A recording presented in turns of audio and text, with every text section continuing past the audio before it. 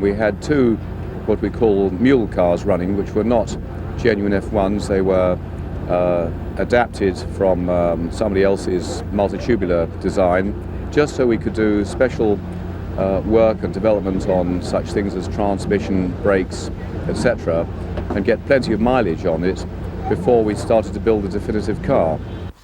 Albert, it's affectionately known as Albert, the first one, was a space frame car using a large American V8 engine, because that's the only thing I could find that had enough torque to prove the gearbox.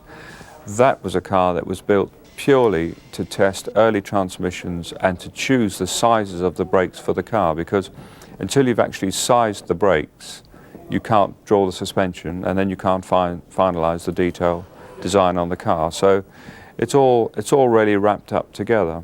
So Albert was very useful in checking brake sizes, brake performance, and later transmission performance.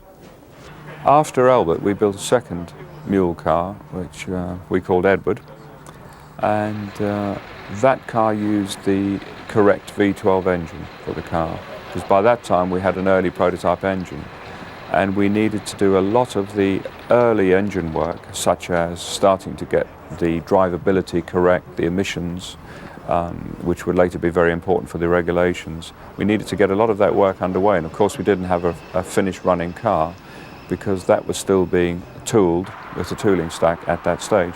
So we built Edward, and Edward actually was a very useful test bed to do all the early engine and transmission work on the car. We got a lot of emissions work done on Edward. Because the car it was a very personal thing anyway, and because I really wanted it to be the ultimate driver's car, I actually did a lot of the testing with all the cars myself, including some of the early work with the Albert and Edward mule cars. I drove Edward in the early days to check things like drivability of the engine and early performance of the engine. We had test drives, of course, to do long-term testing and durability testing.